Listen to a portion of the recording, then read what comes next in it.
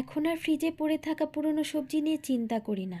এই যে আজকে যেমন দেখো, কিছু বরবটি বেশ অনেক দিন থেকে পড়েছিল, তো এগুলোকে ছোট ছোট করে কেটে ভালো করে ধুয়ে নিয়েছি।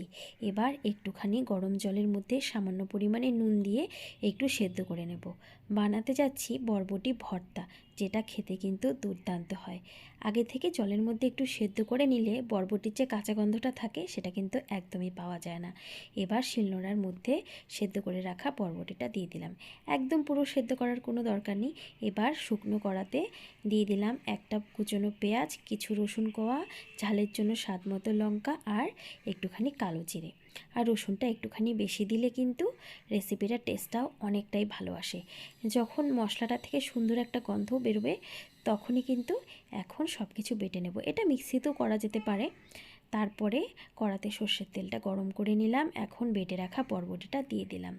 এর মধ্যে স্বাদ অনুসারে একটু নুন দিয়ে নেব আর কয়েক দানা চিনি দিয়ে নেব। চিনিটা দিলে টেস্টটা আরও বেশি ভালো আসে।